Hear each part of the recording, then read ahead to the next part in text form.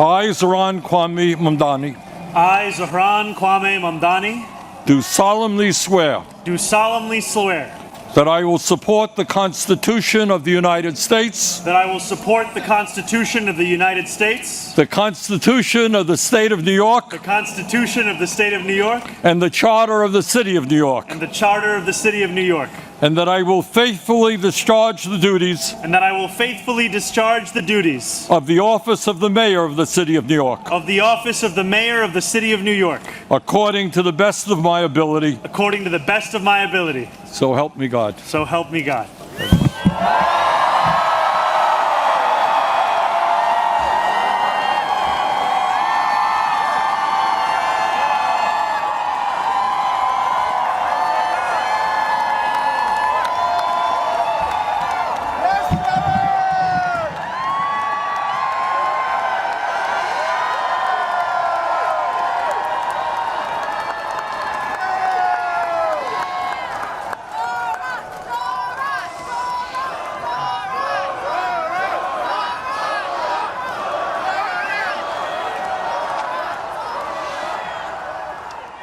My fellow New Yorkers, today begins a new era. I stand before you, moved by the privilege of taking this sacred oath, humbled by the faith that you have placed in me, and honored to serve as either your 111th or 112th mayor of New York City.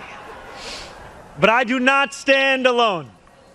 I stand alongside you, the tens of thousands of you gathered here in Lower Manhattan, warmed against the January chill by the resurgent flame of hope. I stand alongside countless more New Yorkers watching from cramped kitchens in Flushing and barbershops in East New York, from cell phones propped against the dashboards of parked taxicabs at LaGuardia, from hospitals in Mott Haven and libraries in El Barrio that have too long known only neglect. I stand alongside construction workers in steel-toed boots and halal cart vendors whose knees ache from working all day. I stand alongside neighbors who carry a plate of food to the elderly couple down the hall, those in a rush who still lift strangers' strollers up subway stairs, and every person who makes the choice day after day, even when it feels impossible, to call our city home. I stand alongside over 1 million New Yorkers who voted for this day nearly 2 months ago. And I stand just as resolutely alongside those who did not. I know there are some who view this administration with distrust or disdain, or who see politics as permanently broken. And while only action can change minds, I promise you this: if you are a New Yorker, I am your mayor. Regardless of whether we agree, I will protect you, celebrate with you, mourn alongside you, and never, not for a second, hide from you. I thank the labor and movement leaders here today, the activists and the elected officials who will return to fighting for New Yorkers the second this ceremony concludes, and the performers who have gifted us with their talent. Thank you to Governor Hochul. Thank you as well to Mayor Adams. Dorothy's son, a son of Brownsville who rose from washing dishes to the highest position in our city, for being here as well. He and I have had our share of disagreements, but I will always be touched that he chose me as the mayoral candidate that he would most want to be trapped with on an elevator. Thank you to the two titans who, as an assembly member, I've had the privilege of being represented by in Congress, Nydia Velázquez, and our incredible opening speaker, Alexandria Ocasio-Cortez. You have paved the way for this moment. Thank you to the man whose leadership I seek most to emulate, who I am so grateful to be sworn in by today, Senator Bernie Sanders. Thank you to my teams, from the assembly to the campaign to the transition, and now the team I am so excited to lead from City Hall. Thank you to my parents, Mama and Baba, for raising me, for teaching me how to be in this world, and for having brought me to this city. Thank you to my family from Kampala to Delhi. And thank you to my wife, Rama.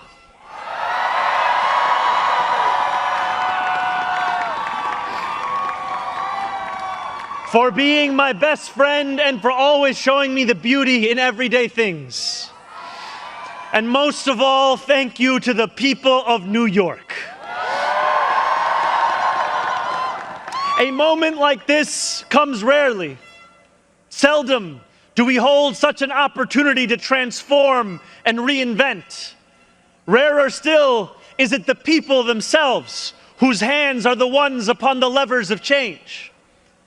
And yet we know that too often in our past, moments of great possibility have been promptly surrendered to small imagination and smaller ambition. What was promised was never pursued. What could have changed remained the same. For the New Yorkers most eager to see our city remade, the weight has only grown heavier. The weight has only grown longer. In writing this address, I have been told that this is the occasion to reset expectations, that I should use this opportunity to encourage the people of New York to ask for little and expect even less. I will do no such thing. The only expectation I seek to reset is that of small expectations. Beginning today, we will govern expansively and audaciously. We may not always succeed, but never will we be accused of lacking the courage to try. To those who insist that the era of big government is over, hear me when I say this. No longer will City Hall hesitate to use its power to improve New Yorkers' lives. For too long, we have turned to the private sector for greatness while accepting mediocrity from those who serve the public. I cannot blame anyone who has come to question the role of government, whose faith in democracy has been eroded by decades of apathy. We will restore that trust by walking a different path, one where government is no longer solely the final recourse for those struggling, one where excellence is no longer the exception. We expect greatness from the cooks wielding 1,000 spices, from those who stride out onto our Broadway stages, and from our starting point guard at Madison Square Garden. Let us demand the same from those who work in government. In a city where the mere names of our streets are associated with the innovation of the industries that call them home, we will make the word City Hall synonymous with both resolve and results. As we embark upon this work, let us advance a new question, a new answer to the question asked of every generation. Who does New York belong to? For much of our history, the response from City Hall has been simple. It belongs only to the wealthy and well-connected, those who never strain to capture the attention of those in power. Working people have reckoned with the consequences. Crowded classrooms and public housing developments where the elevators sit out of orders. Roads littered with potholes and buses that arrive half an hour late, if at all. Wages that do not rise and corporations that rip off consumers and employees alike. And still, there have been brief, fleeting moments where the equation changed. 12 years ago, Bill de Blasio stood where I stand now as he promised to put an end to economic and social inequalities that divided our city into two. In 1990, David Dinkins swore the same oath I swore today, vowing to celebrate the gorgeous mosaic that is New York, where every one of us is deserving of a decent life. And nearly 6 decades before him, Fiorella LaGuardia took office with the goal of building a city that was far greater and more beautiful for the hungry and the poor. Some of these mayors achieved more success than others, but they were unified by a shared belief that New York could belong to more than just a privileged few. It could belong to those who operate our subways and rake our parks, those who feed us biryani and beef patties, picanha and pastrami on rye. And they know that this belief could be made true if only government dared to work hardest for those who work hardest. Over the years to come, my administration will resurrect that legacy. City Hall will deliver an agenda of safety, affordability, and abundance, where government looks and lives like the people it represents, never flinches in the fight against corporate greed, and refuses to cower before challenges that others have deemed too complicated. In so doing, we will provide our own answer to that age-old question: who does New York belong to? Well, my friends, we can look to Madiba and the South African Freedom Charter. New York belongs to all who live in it. Together, we will tell a new story of our city. This will not be a tale of one city governed only by the 1%, nor will it be a tale of two cities, the rich versus the poor. It will be a tale of 8.5 million cities, each of them a New Yorker with hopes and fears, each a universe, each of them woven together. The authors of this story will speak Pashto and Mandarin, Yiddish and Creole. They will pray in mosques, at shul, at church, at gurudwaras and mandirs and temples. And many will not pray at all. They will be Russian Jewish immigrants in Brighton Beach, Italians in Rossville, and Irish families in Woodhaven, many of whom came here with nothing but a dream of a better life, a dream which has withered away. They will be young people in cramped Marble Hill apartments where the walls shake when the subway passes. They will be black homeowners in St. Albans, whose homes represent a physical testament to triumph over decades of lesser paid labor and redlining. They will be Palestinian New Yorkers in Bay Ridge,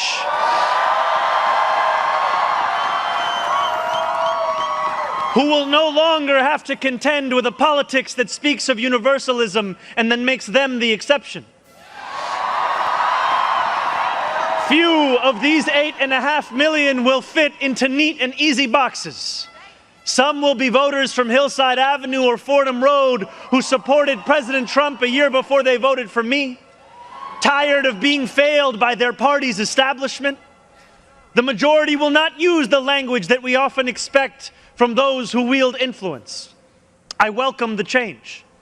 For too long, those fluent in the good grammar of civility have deployed decorum to mask agendas of cruelty. Many of these people have been betrayed by the established order. But in our administration, their needs will be met. Their hopes and dreams and interests will be reflected transparently in government. They will shape our future. And if for too long these communities have existed as distinct from one another, we will draw this city closer together. We will replace the frigidity of rugged individualism with the warmth of collectivism. If our campaign demonstrated that the people of New York yearn for solidarity, then let this government foster it. Because no matter what you eat, how you pray, or where you come from, the words that most define us are the two we all share: New Yorkers. And it will be New Yorkers who reform a long broken property tax system. New Yorkers who will create a new Department of Community Safety that will tackle the mental health crisis and let the police focus on the job they signed up to do. New Yorkers who will take on the bad landlords who mistreat their tenants and free small business owners from the shackles of bloated bureaucracy. And I am proud to be one of those New Yorkers. When we won the primary Last June, there were many who said these aspirations and those who held them had come out of nowhere. Yet one man's nowhere is another man's somewhere. This movement came out of 8.5 million somewheres. Taxi cab depots and Amazon warehouses, DSA meetings and curbside domino games. The powers that be had looked away from these places for quite some time if they'd known about them at all. So they dismissed them as nowhere. But in our city, where every corner of these 5 boroughs holds power, there is no nowhere and there is no no one. There is only New York and there are only New Yorkers. 8.5 million New Yorkers will speak this new era into existence. It will be loud. It will be different. It will feel like the New York we love. No matter how long you have called this city home, that love has shaped your life. I know that it has shaped mine. This is the city where I set land speed records on my Razor scooter at the age of 12. Quickest 4 blocks of my life. The city where I ate powdered donuts at halftimes during AYSO soccer games and realized I probably was not going to be going pro. The city where I devoured 2 big slices at Coronet's Pizza, played cricket with my friends at Ferry Point Park, and took the 1 train to the BX10 only to still show up late to Bronx Science. The city where I have gone on hunger strike just outside these gates. Sat claustrophobic on a stalled N train just after Atlantic Avenue and waited in quiet terror for my father to emerge from 26 Federal Plaza. The city where I took a beautiful woman named Rama to McCarran Park on our first date and swore a different oath to become an American citizen on Pearl Street. To live in New York, to love New York, is to know that we are the stewards of something without equal in our world. Where else can you hear the sound of the steel pan, savor the smell of sancocho, and pay $9 for coffee on the same block? Where else could a Muslim kid like me grow up eating bagels and lox every Sunday? That love will be our guide as we pursue our agenda. Here, where the language of the New Deal was born, we will return the vast resources of this city to the workers who call it home. Not only will we make it possible for every New Yorker to afford a life they love once again, we will overcome the isolation that too many feel and connect the people of this city to one another. The cost of childcare will no longer discourage young adults from starting a family, because we will deliver universal childcare for the many by taxing the wealthiest few. Those in rent-stabilized homes will no longer dread the latest rent hike, because we will freeze the rent. Getting on a bus without worrying about a fare hike or whether you'll be able to get to your destination on time will no longer be deemed a small miracle, because we will make those buses fast and free. These policies are not simply about the costs we make free, but the lives we fill with freedom. For too long in our city, freedom has belonged only to those who can afford to buy it. Our city hall will change that. These promises carried our movement to City Hall, and they will carry us from the rallying cries of a campaign to the realities of a new era in politics. 2 Sundays ago, as snow softly fell, I spent 12 hours at the Museum of the Moving Image in Astoria, listening to New Yorkers from every borough as they told me about the city that is theirs. We discussed construction hours on the Van Wyck Expressway and EBT eligibility, affordable housing for artists and ICE raids, I spoke to a man named TJ who said that one day a few years ago, his heart broke as he realized that he would never get ahead here, no matter how hard he worked. I spoke to a Pakistani auntie named Samina, who told me that this movement had fostered something too rare, softness in people's hearts. As she said to me in Urdu, "Logo ke dil badal gaye hain." 142 New Yorkers out of 8.5 million. And yet, if anything united each person sitting across from me, it was the shared recognition that this moment demands a new politics and a new approach to power. We will deliver nothing less as we work each day to make this city belong to more of its people than it did the day before.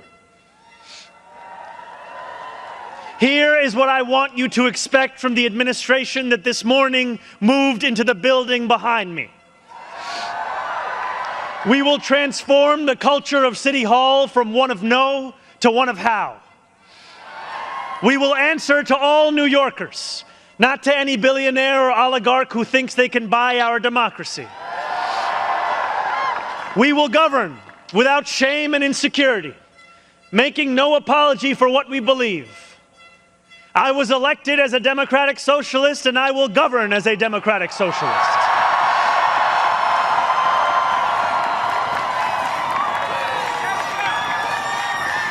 I will not abandon my principles for fear of being deemed radical. As the great senator from Vermont once said, what's radical is a system which gives so much to so few and denies so many people the basic necessities of life. We will strive each day to ensure that no New Yorker is priced out of any one of those basic necessities.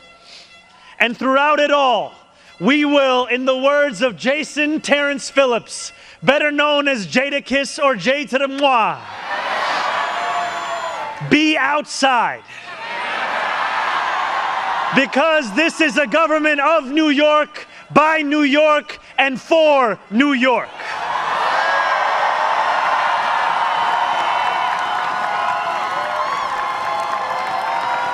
Before I end, I want to ask all of you, if you are able, whether you are here today or anywhere watching, to stand with me. I ask you to stand with us now and every day that follows. City Hall will not be able to deliver on our own. And while we will encourage New Yorkers to demand more from those with the great privilege of serving them, we will encourage you to demand more of yourselves as well. The movement we began over a year ago did not end with our election. It will not end this afternoon. It lives on with every battle we will fight together. Every blizzard and flood we withstand together.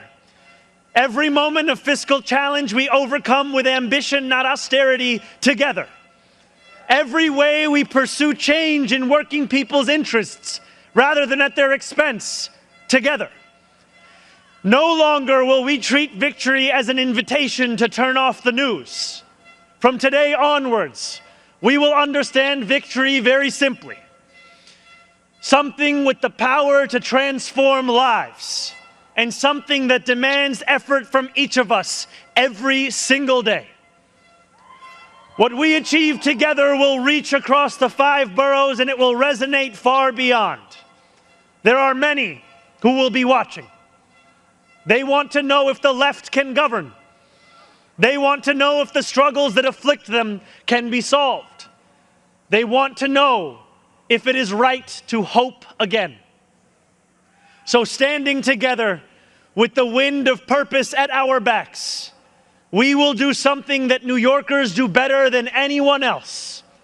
We will set an example for the world.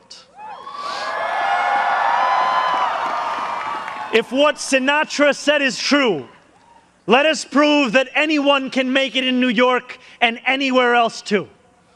Let us prove that when a city belongs to the people, there is no need too small to be met, no person too sick to be made healthy, no one too alone to feel like New York is their home. The work continues. The work endures. The work, my friends, has only just begun. Thank you.